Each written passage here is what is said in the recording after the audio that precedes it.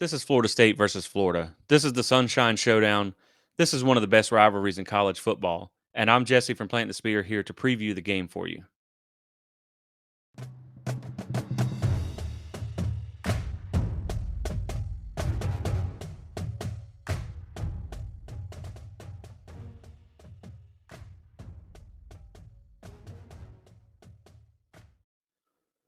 What's up, everybody? Thank you for joining me. Like I said, I'm Jesse from Plant the Spear. This is actually our first video preview of the season. I figured it was the last game of the year. It's the Florida game. It's an exciting game. I'm pumped up for it. So, we had to do something special here. So let's get into it. So the Sunshine Showdown is the number 16 Florida State Seminoles against the unranked Florida Gators. Florida State comes in at 8-3 on the season, currently on a 4-game winning streak, been in dominant fashion against their opponents the last 4 weeks. They've outscored them by a very wide margin. Now, of course, you can argue that some of the teams they played have not been that great. However, Florida State's handling their business in these games. They're covering the spread. They get the starters on the bench by the second half. And, they just played the games how they're supposed to. And, that's a sign of what good teams do. As they say, good teams win, great teams cover. And, I'm not saying Florida State's great, but, they've been covering the last few weeks and they've just been playing as good as any team in the country, in my opinion. And so I do think they come into this game carrying a lot of momentum. This may not be the most, there may not be the most at stake in this chapter of the rivalry, but I do think it's a huge game for Florida State for recruiting, for momentum, carrying this momentum that they've had into a very important offseason for this team. They have a real chance at getting 10 wins, and Florida stands in front of that. So it's a very important game for them to handle their business and get things done. Now, when you look at Florida coming in, they're 6-5, coming off a disappointing loss to Vanderbilt. Really, just a kind of embarrassing loss for them. But Vanderbilt just beat Kentucky, so maybe they're a little better than you think. But it's still, it was the letdown for them. But Florida's really been inconsistent this season. They've had some good wins. They started out with a win at home against a good Utah team.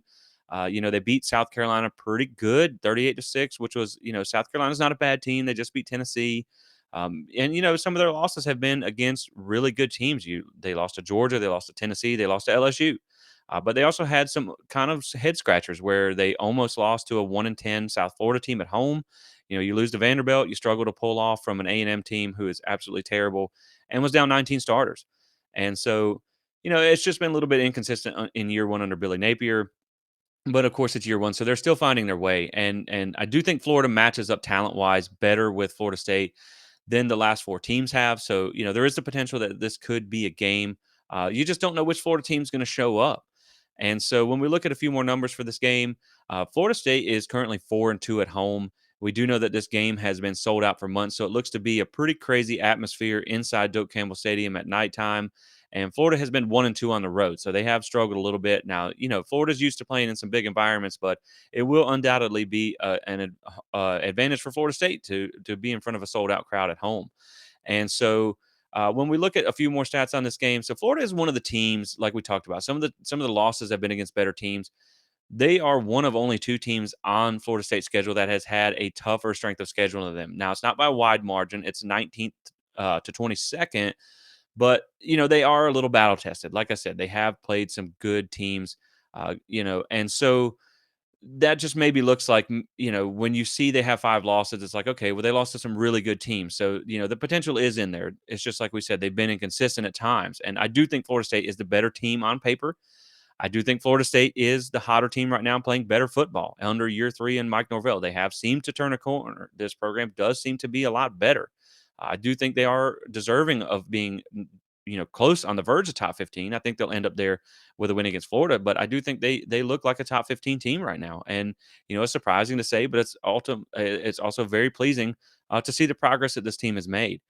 And so, like I said, when you look at Florida, they have been an opportunistic team, plus 10 in turnover margin. So Florida State definitely needs to control their emotions, control their, limit mistakes, and don't allow Florida extra opportunities to hang around. Now, we know Florida State went to the Superdome against LSU in a blockbuster game there. So, they've had some experience on the big stage.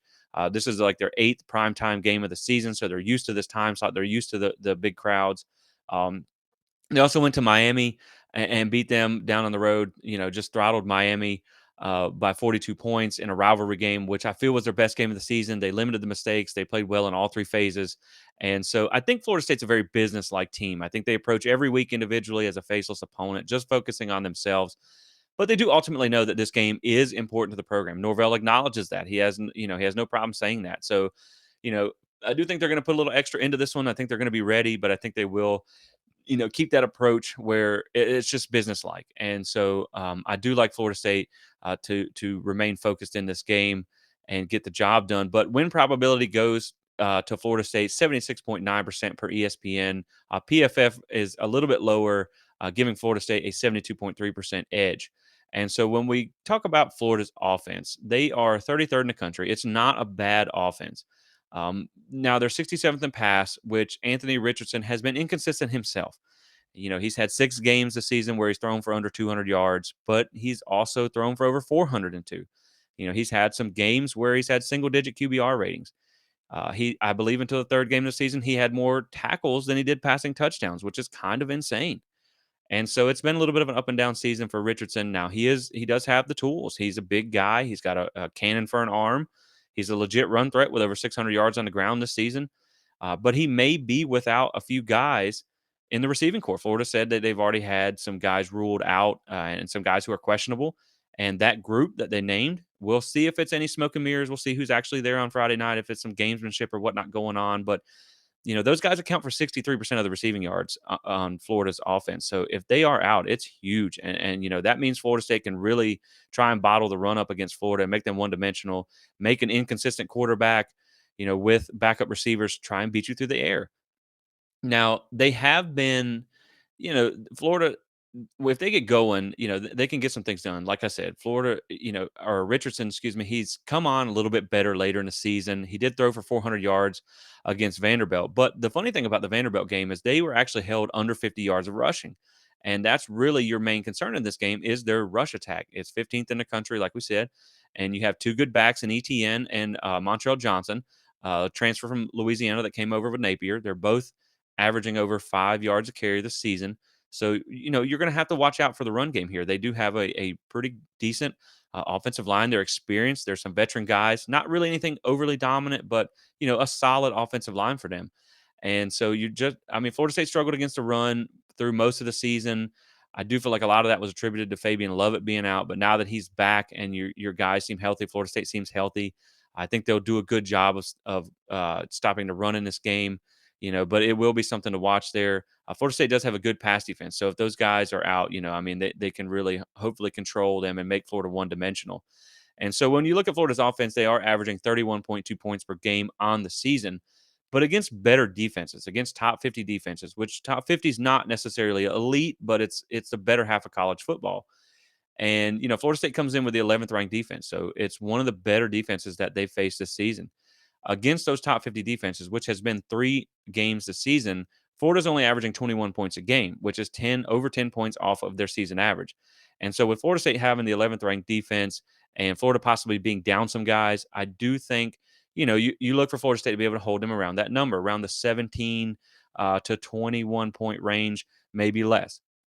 Florida State did just go 32 drives consecutively without giving up a touchdown. And honestly, the touchdown that they gave up was in garbage time against the backup defense. So, I think Florida State's defense will have a pretty good game here.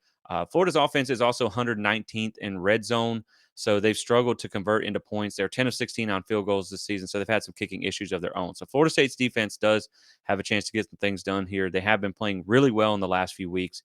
And so credit to them. They have an opportunity to really kind of control Florida here in this game. And so when we look at the Florida defense, it has been a little bit of a different story here. They are 98th in total defense. It is just statistically the lowest ranked defense that Florida State will face this season. Your next lowest defense is 88th, which is Wake Forest. So this is going to be, like I said, this is going to be one of the better offenses that Florida has faced and one of the worst defenses that Florida State has faced.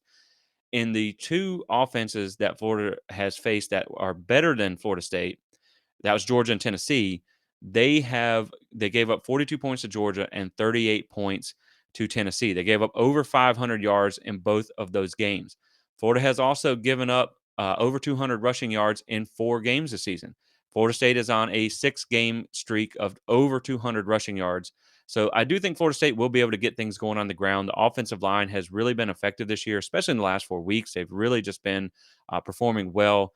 And, Florida State's game planning has been really great this season, especially with Alex Atkins, the offensive coordinator, playing to the strengths of that offensive line. And so I do think they're going to have the ground game going against Florida. Now, when you look at the points per game for Florida this season, they are allowing 27.3 points per game. But when you look at the top 50 offenses, which is, like I said, the comparison that we just made, they're giving up 33.6 points per game to those top 50 offenses. And so, if Florida State can get into the 30s here, and I obviously think, knowing that we think they're going to be able to hold Florida around the 20s, that's enough to win the game. And, this is one of them where you'll take a 1 point win if you can. But obviously, Norvell, the way he just seems like he's been out to prove a point. He's been on a mission the last 4 games. And so I do think that if he can break this one open, that he's going to keep it going, and try and make a statement in this game. And I do think that's important. Obviously going into the offseason when you need this for recruiting, you can kind of claim your place atop the state, with already dominating Miami and being able to beat Florida. And, I still think UCF is still probably at the little brother table right now. So sorry, guys. But so it's going to be a huge one for them. And Florida State's offense is legit. They're 16th in the country. And, they have a good passing attack when they even need to use it. But a lot of times they don't because they're able to run the ball so successfully with a stable of talented backs. And Jordan Travis is obviously having an excellent season at quarterback, and he has a running ability of his own. So I do think Florida State's offense will have a very successful day against the Florida defense, who has been a struggling group. They dismissed Brenton Cox, who was one of their best pass rushers on defense. They will be without Ventrell Miller in the first half after a targeting call against Vanderbilt. And, that could be huge because Florida State does run the ball well, and they are also a team that has jumped out to kind of bigger leads in the first half. And so, if they can put Florida in a bit of a hole, we'll see how interested they are to really even try and dig out of it in the second half. I don't think they're going to quite have the quit that we saw from Miami in the second half. But Florida State does have the ability to kind of really, really pile on them quick. And so that could be big in this game. So getting into the wrap up and the prediction here, like I said, Florida State has a better offense here, and they have, to me, a much better defense. They're the hotter team, and they're playing at home. So all signs point to Florida State in this one. But again, it's a rivalry. Florida has some talent, and they have been inconsistent. And when they show up, they play well. So you just really don't know which Florida team you're going to get. And to me, I trust Florida State to show up more than I trust Florida to show up in this game. I don't think it'll be quite as dominant as the last 4 games, but I do think Florida State will handle their business, and I do think they will win convincingly. So I'm going to take the Noles here over the Gators, 38-20, and Florida State will move to 9-3 with a chance to get that 10th win in a bowl game. And if you win this game and you get a little help from a few other teams, you might end up in a better bowl game than you expected. But either way, this would really just cap off a very successful season against Florida State.